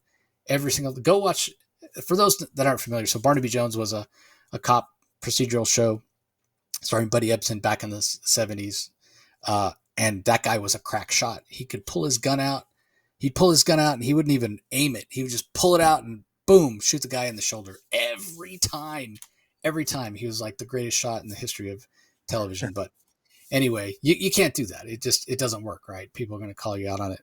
So, yeah, I think Jenny would be a great addition to The Outsiders, and hopefully we haven't seen the last of her. As far as the series overall and the art, it's been consistent throughout, and I say that by saying it's been consistently inconsistent. At times, the art has worked better for the story that's being told, and other times it feels a little less so, because these are esoteric ideas from Kelly and Lansing, and at times it's just a real challenge, I think, for Robert Carey to depict that. But it is a book of big ideas, and so sometimes they land a little bit better than others. But I always appreciate the effort that the writers are giving. I'm big fans of Jackson and Cullen. I think they're fantastically talented, and overall, I think the series is really good, and I'm glad I'm reading it. But there have been some issues here or there that have been disappointments. But that being said, this one is not one of them. I really enjoyed it. I loved the kind of old school feel and almost charcoal-like drawings that we get from Robert Carey on the flashback sequences, and how we get longhand written out by Jonah Hex himself, kind of giving us some background and some explanation. I know some people that I don't want to have to read text. If I want to read that, I'll go read a novel or I'll go read a book or what have you. There's no way this could have been paced and fit into one issue as much, as big of a chunk of story as we got, if they hadn't done it this way. So I didn't mind it at all. And again, the aesthetic they chose, doing these like old diary pages or what have you, in my opinion, it enhanced the story, and it really made me feel like I was hearing Jonah Hex's voice. So I really enjoyed it. Fantastic issue, fantastic cover. And as you said, Rocky, I hope we haven't seen the last of Jenny Hex. All right. Up next, we have Green Lantern number 12 from writer Jeremy Adams. Art and cover by Zermanico. Colors by Romulo Fajardo Jr. Letters by Dave Sharp. It's fair to say the shit hits the fan in this one. We know last issue, when Hal Jordan confronted the United Planets Council, it turns out they're all patsies of Theranos. They're all shape-shifting Durlans. He's consolidating his power. He is evil and despicable, even to the point of teaming up and working alongside, collaborating with Amanda Waller. So that tells you everything you need to know about what a scumbag this guy is. So Hal probably wouldn't be long for this world. He would have been captured along with Simon Boz and Jessica Cruz and the rest of the Lanterns that confronted the council. But luckily for him, Carol Ferris, moments away from marrying her boyfriend, realizes that she's never going to stop loving Hal. Hal's the one that she should be with. And upon that realization, somehow she manifests herself as Star Sapphire. Purple lanterns, if you will. I mean, they were that was something that's sort of retconned in, which I do appreciate. I guess technically they're violet lanterns, not purple, because you do have indigo, right. Yeah. which could also be considered purple. But anyway, Carol showing out, like, and again, we don't know how this is possible because the Star Sapphires aren't supposed to be around anymore. But here's the thing that I love about this title, right? First of all, it's Jeremy Adams. He's one of us. He loves comics. He loves comics of old. One of his favorite eras of Green Lantern is that favorite era of mine, which is right around like 160 to 200, basically. That's when Hal Jordan quits. John Stewart gets the ring and becomes like a regular Green Lantern, not just a villain. Reveals his secret identity. It's when Guy Gardner returns back. It's that famous cover. It's white, and Guy Gardner, you just see his silhouette, and he's holding up the lantern, and it's got that Crisis on Infinite Earths trade dress across the top, where he finally shows back up. It's that era, and Carol's a big part of that era. And so, as much as I was like, what are you doing giving Carol another boyfriend? We kind of always thought this is the way it was going to work out, right? So I appreciate that. It's something that's familiar to me. It's something that's nostalgic for me. And so to see Carol show up as a Star Sapphire, rescue Hal, take him back to Earth, try to figure out what they're going to do, how they're going to take on Theranos next, I just loved it. I just loved it. Having Amanda Waller show up here, scheming with Theranos, I could take that or leave that. I mean, it makes sense with the Absolute Power series that's coming up that kind of had to be in there. But I do hope eventually she gets her comeuppance, as everybody knows. But in terms of the story, the Hal story and the Carol story, the Theranos story, it's all heading in a direction that I want it to head. I mean, I was the first one that said, when we got a lot of in Jeffrey Thorne's John Stewart series, we got a lot of, the United Planets isn't really acting like the United Planets that we know. Yes, it's a bureaucracy, but it's always been more on the benevolent side, and they just seem to be out and out evil. That's been shown to be the case here. I think I said it in the first issue of this volume of Green Lantern, where it's like, man, F the United Planets. I don't want them around. I don't care. They put a bad taste in my mouth. Like, I don't. And they have been revealed to be, completely despicable and evil. It does seem like we're getting a resolution on that sooner than later. And so I appreciate that, because they have shown up in other places and been downright evil and despicable as well. And I could just do without that. I don't need the fascist bureaucracy organization as a villain in my comics these days. I got too much of that in real life. When I want to escape, I don't want to be reading about the same thing I worry about having to deal with in real life. So it was one of the few kind of criticisms or nitpicks I had about Jeremy's run early on. But I appreciate that we're getting, it seems like we're going to get an end to that. We're going to get a resolution to that sooner rather than later. So, and the Zermanica art has been fantastic, as it has been throughout. And the backup was great as well, which we'll talk about in a second. But I'll give you a chance to give your thoughts on the main story, Rocky. Well, first of all, 4 double-page spreads in the main story, and I absolutely love it because it's Xamanico on the art, just amazing. And he does it because he's so good at crafting a battle scene that you really get a sense that the Green Lanterns are fighting for their lives here, and they're fighting for their lives, and they're losing, but they're still managing to kick ass. But you know that they're losing; they're slowly getting whittled away at, and you can see the frustration and the willpower of Hal Jordan being whittled away at. But it's still not enough. As powerful as Hal Jordan is, it requires the love of his life. When Carol Ferris shows up as Star Sapphire, it really is an epic scene. It really, it feels, on the one hand, you could say, well, it's kind of predictable because of course she's going to show up. It's going to be an epic scene. And it is, but that's why I love comics. And so this is one of those things where my expectations, you better meet my expectations, and they were met. I also love that Jeremy Adams, there's a lot of questions that I have, but this is the faith I have in Jeremy Adams that I don't have in most other writers. And that is to say that with Jeremy Adams, if I feel that there's a plot hole, or I think, well, wait a minute, all these questions, I have a 99% certainty that there's a reason why that question hasn't been answered yet, and it will be answered before the story is over. And so we do have questions, and Jeremy Adams, to his credit, has the characters themselves stated. We have Lord Thurrow saying, why the hell Lord Thurrow can't figure out where's Hal Jordan? Hal Jordan where's Hal Jordan getting his power for his ring? We have all the power. We controlled all the lanterns. We destroyed them all, didn't we? How is this Violet? How is this Zamarin, this Star Sapphire? Where did she get her power from? These are legitimate questions. Lord Thurrow is now afraid. Because he wants to control the emotional spectrum. Not only he wants to control the emotional spectrum as his power, as basically his way to empower and make himself permanent emperor. I'm sure he wants to be the emperor of the United Planets. And so this is it's an easy to follow, understandable power play by Lord Thurrow, well executed by Jeremy Adams. It was the seeds here have been planted, and it's been organically building for a while, and it's been getting more. We've gotten emotional moments, we've gotten character moments, and all centered around Hal Jordan, this Tom Cruise-like character, and a love story to boot. And it just so happens, unlike Hal Jordan has one thing on Tom Cruise, he's just got a more cool girlfriend.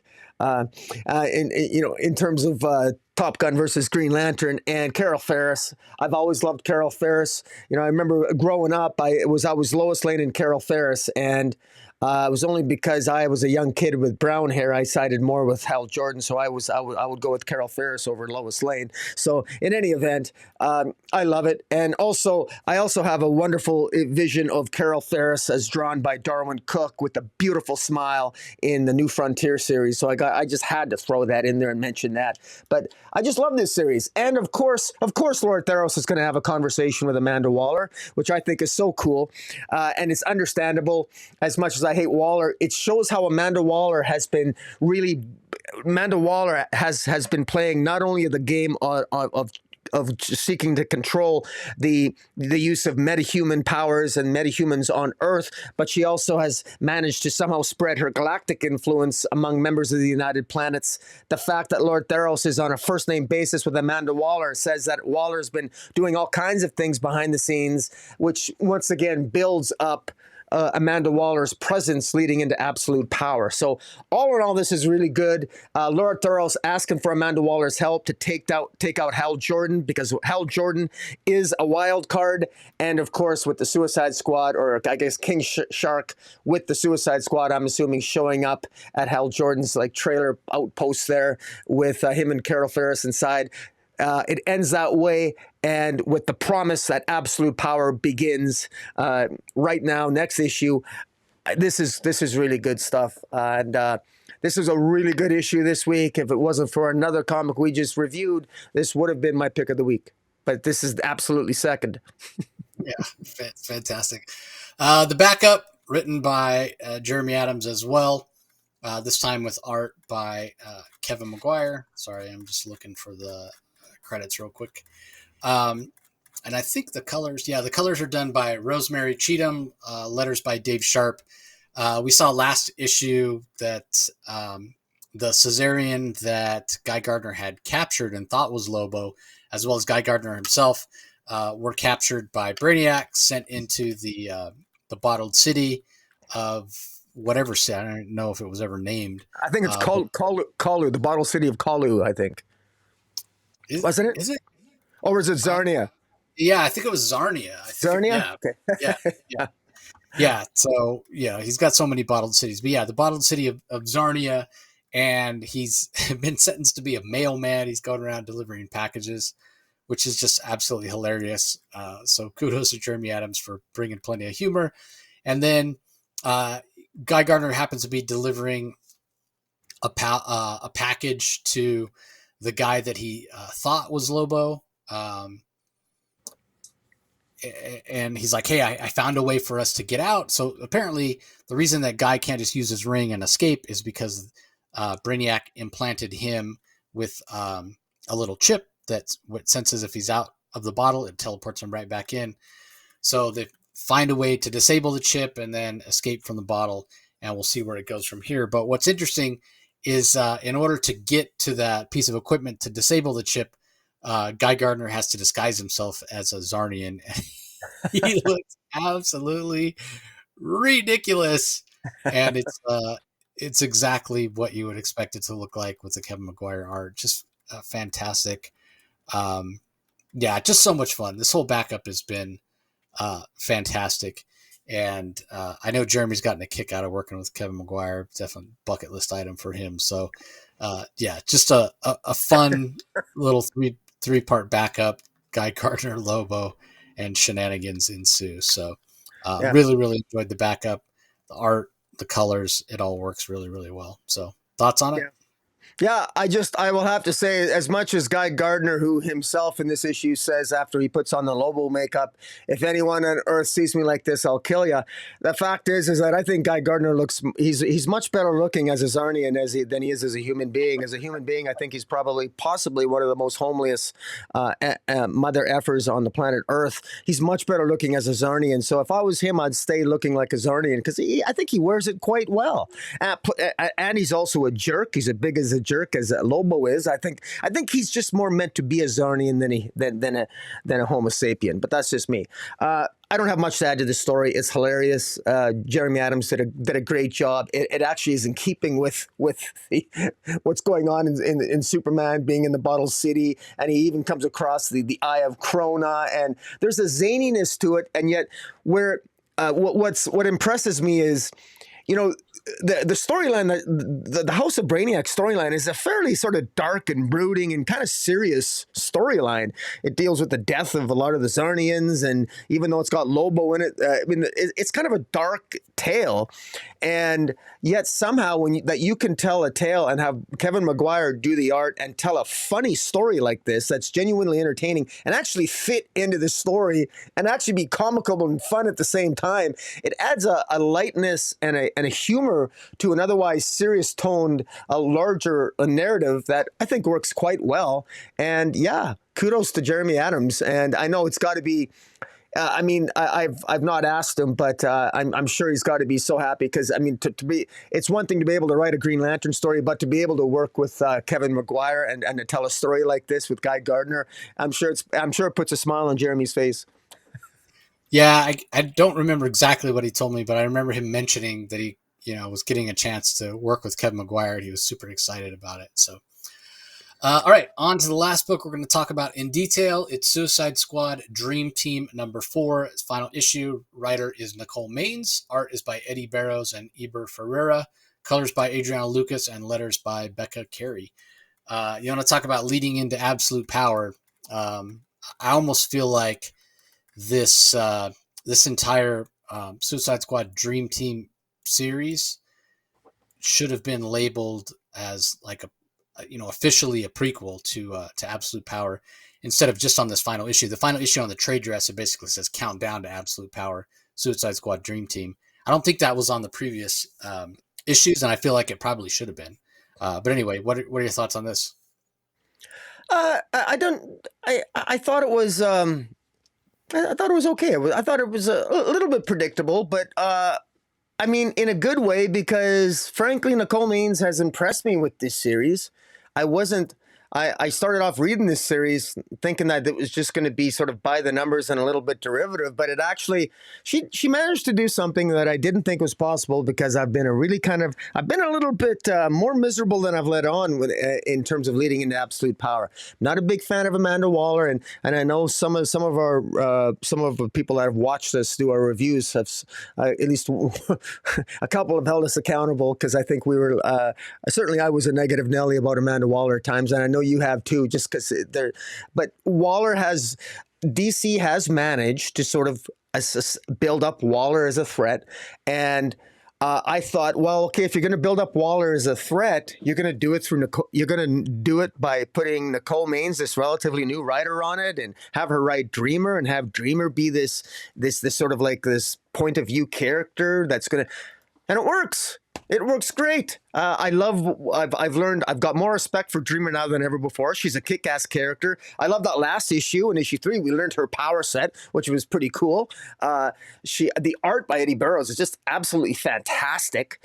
There's a threat level here that elevates Amanda Waller to a level that I'm slowly being convinced that, oh my God, this absolute power is going to be better than I gave it credit for, all because of the manner in which, this. I'm glad I'm reading this. This is not something I initially thought this. Don't bother reading this, but no, you know what? Dreamer is a threat, and Amanda Waller considers Dreamer a threat. Amanda Waller hasn't slept a wink. You get the impression she hasn't slept a wink in a long time. She's tired because Amanda Waller herself is afraid to fall asleep. That's because of Dreamer. So here I'm thinking that Dreamer is kind of a joke of a character. Well, I stopped thinking that like quite a while ago, and she is a threat, and she's a force to be reckoned with. And Amanda Waller thinks of her as a threat and wants to use her. And you see why in this series.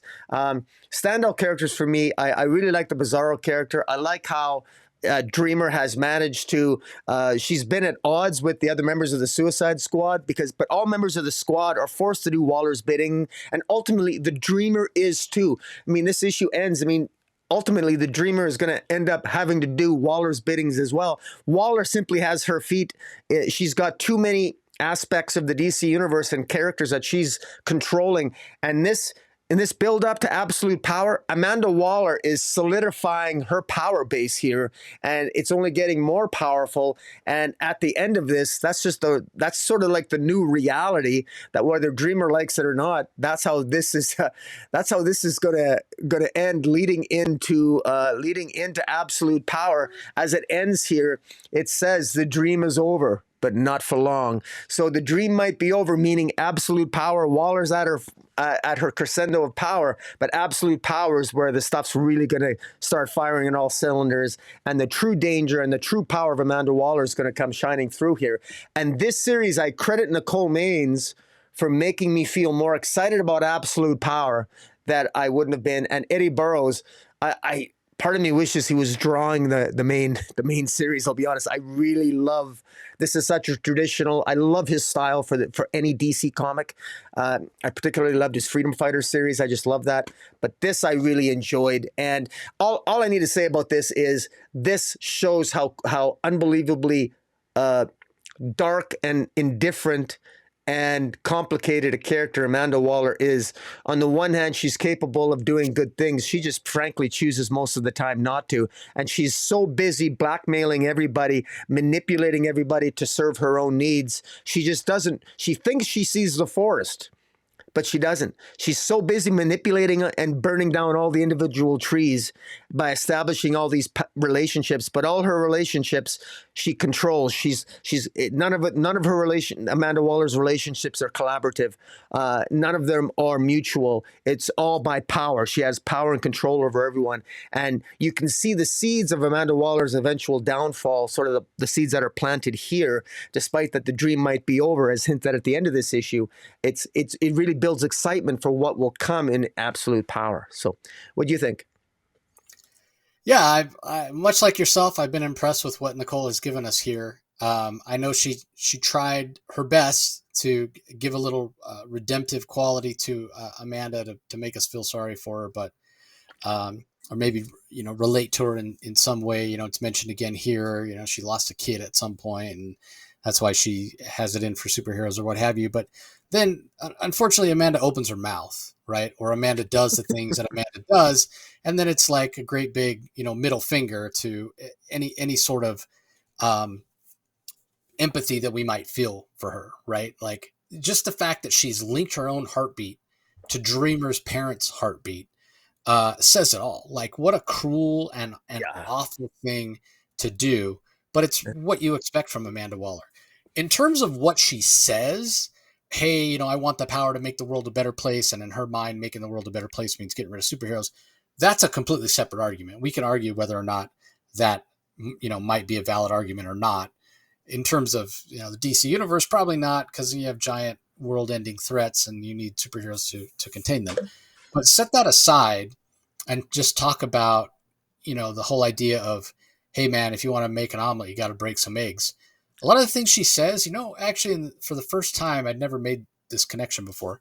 But for the first time after reading this issue, I was reminded when I was reading about Amanda's philosophy, or trying to get a handle on her worldview. I was reminded of Toyo Harada. And I don't mean the Toyo Harada of the Valiant the first go round, and I don't mean the Toyo Harada of Valiant now, because it's been quite bad for some time.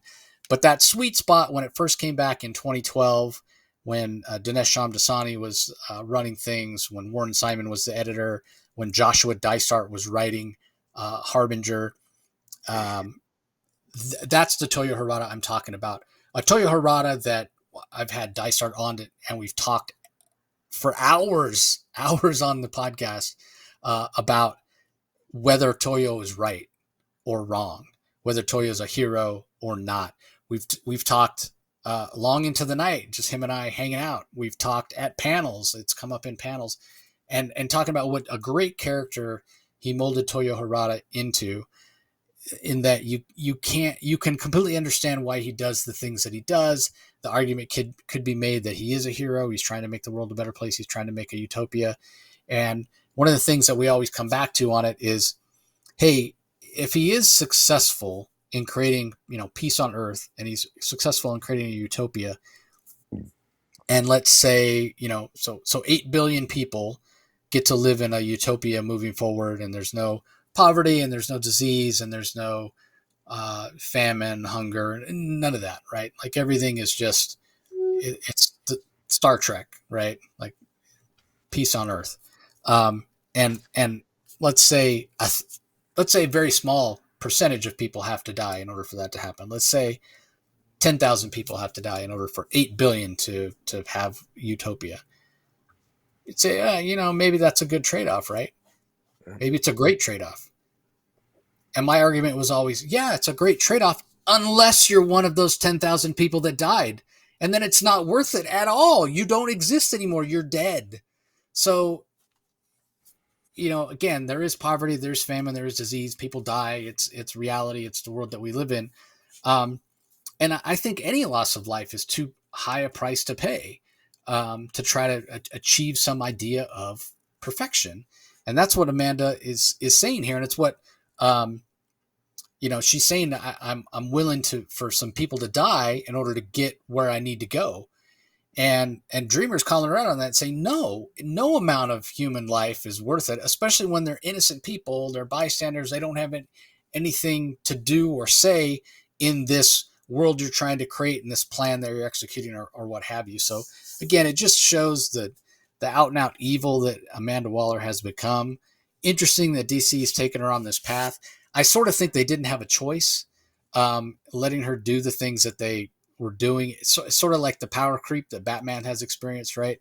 You got to have writers that are going to tell a Suicide Squad story, Amanda Waller story, or what have you, and you got to top what's come before. You have to have her do crazier and crazier things. They sort of had no way out but just to make her an out-and-out villain because of the horrible things that she does. And so that's where we are now. She's just an out-and-out villain. But I will tell you, even though it was a dream sequence, when she gets kicked out of that window and she's falling to her death, I knew she really wasn't going to die, because, you have the You were happy. Well, I was happy, man. I was like, yes.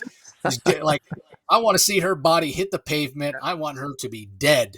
DED, dead. When a dead Amanda Waller, Alas, it was wasn't just going a to happen. dream.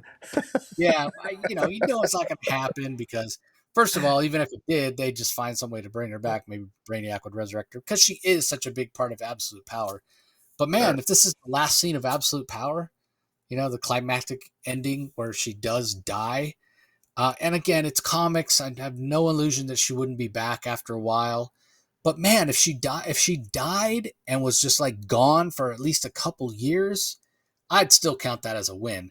If I could go 24 months without 24 months knowing that if I open a DC comic, I am not going to have to see her, I'm not going to have to read about her, I'm not going to see her name, I would definitely count that as a win.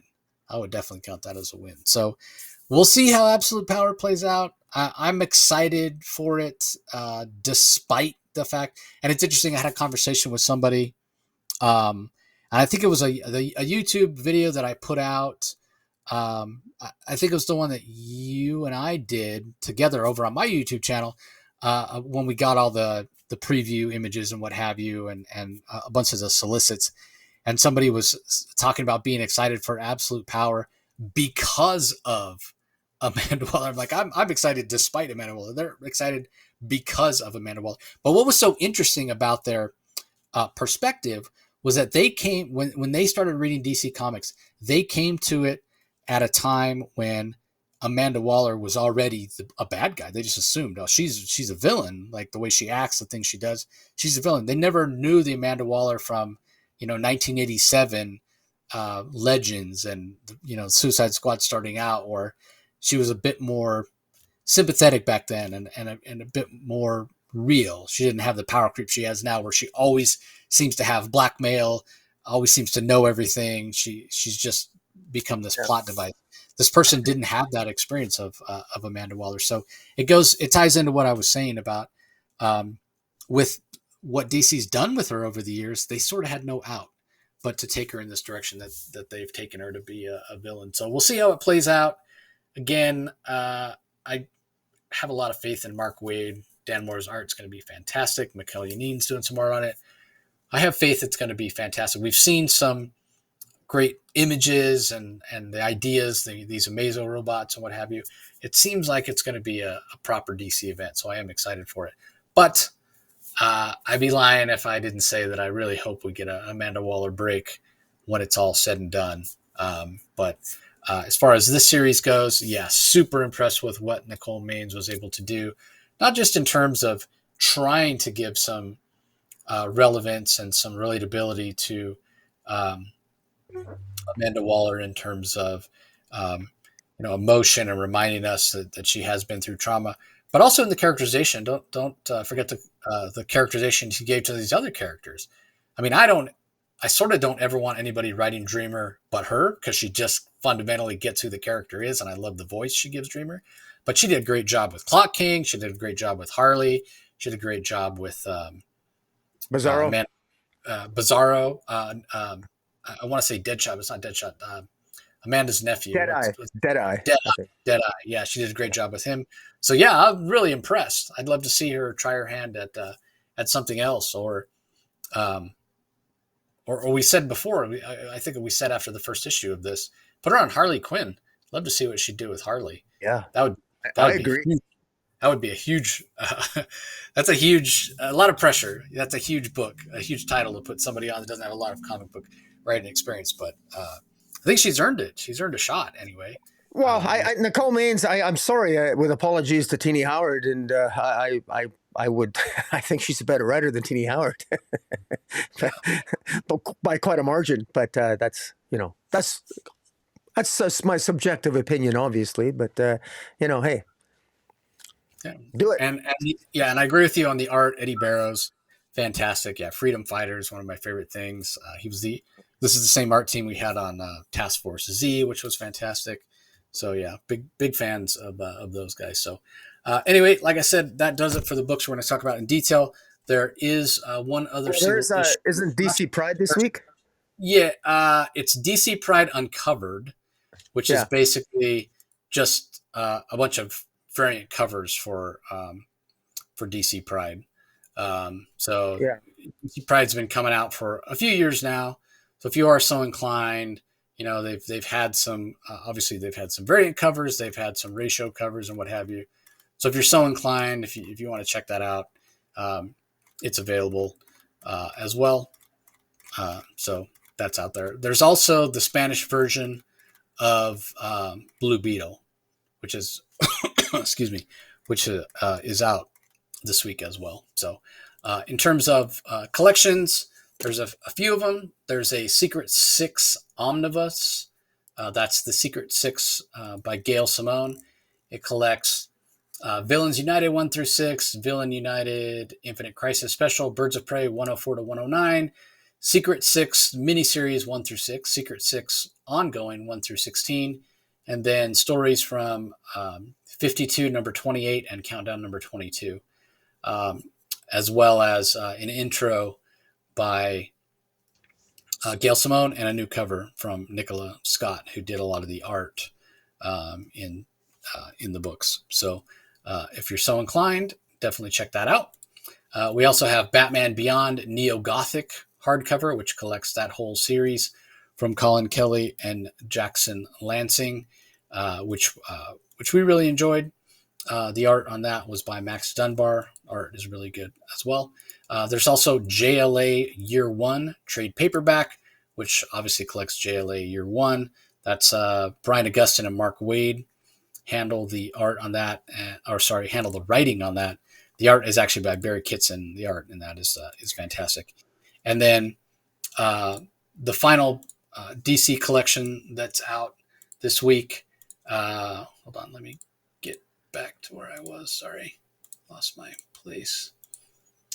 The final DC collection that's out this week is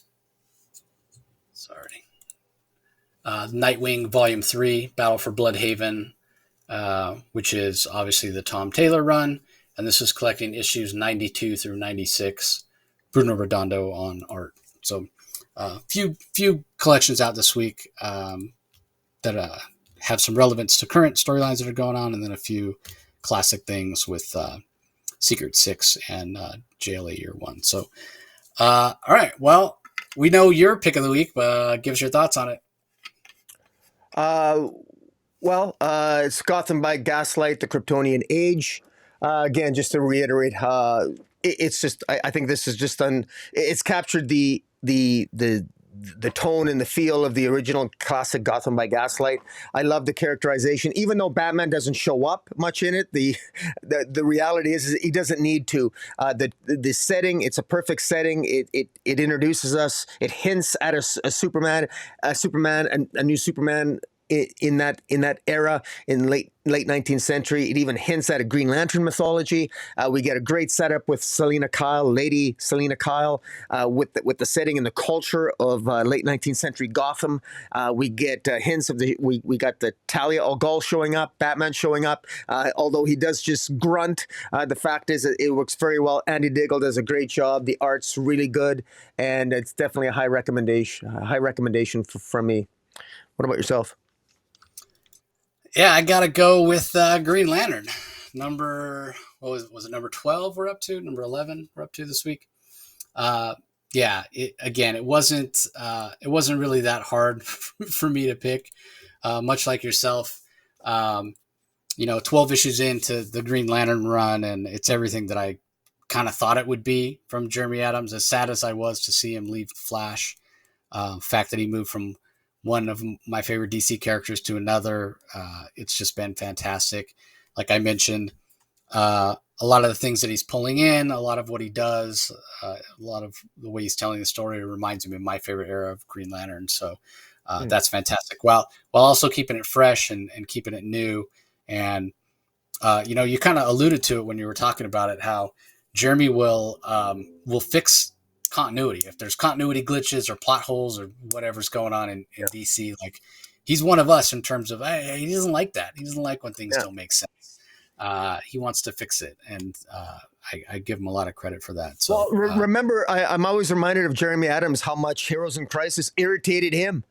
it irritated him as much as it irritated us readers. What happened to Wally here, and he not once but twice he addressed Heroes in Crisis in his Flash run, and I love that about him. It's like, yeah, I mean, and he can't, when he's got a scratch as a writer, he's got an itch, he's got to scratch it, and he does, and much to fans' delight. So he's definitely a writer that we can all know and love, and to my knowledge, I hope DC gives him a project in past September, because by the way, for those listening, Jason and I will be reviewing his Flash Gordon. I want to give a shout out to Flash Gordon, Jeremy Adams. The Free Comic Day issue is a 22-page full story. It's fantastic. It's free. If your comic shop still has it up, pick it up. Jason and I will be reviewing this. The good news is that the first issue formally doesn't come out till I think July. So Jason and I still have time to review this. And but it's a fantastic comic. And again, Flash Gordon by Mad Cave's Studios. So yeah, Jeremy's just a fantastic writer. Never get tired of singing his praises. So yeah, that's my pick of the week. So. All right, well, that's going to do it, everybody. Thanks for joining, as always. Don't forget, if you're listening to the audio only, head over to YouTube, subscribe to Rocky's channel, Comic Space Boom, ! Ring the notification bell, leave some comments, subscribe. You know what to do when you get there. Really helps out. Conversely, you can go check out the Comic Source podcast feed and listen to 2,500 plus episodes in the past with convention coverage, reviews, interviews, all that sort of stuff. Just go to your favorite podcast platform or app and do a search for the Comic Source and subscribe. And then, of course, the Comic Source YouTube channel is available as well for all our content going forward. Spawn Daily, interviews, reviews, all that sort of thing. So that's going to do it for this episode. We appreciate you joining as always. And rest in peace, Benny Potter. You're going to be missed, my man. Indeed. We'll talk to you guys next time. See you later.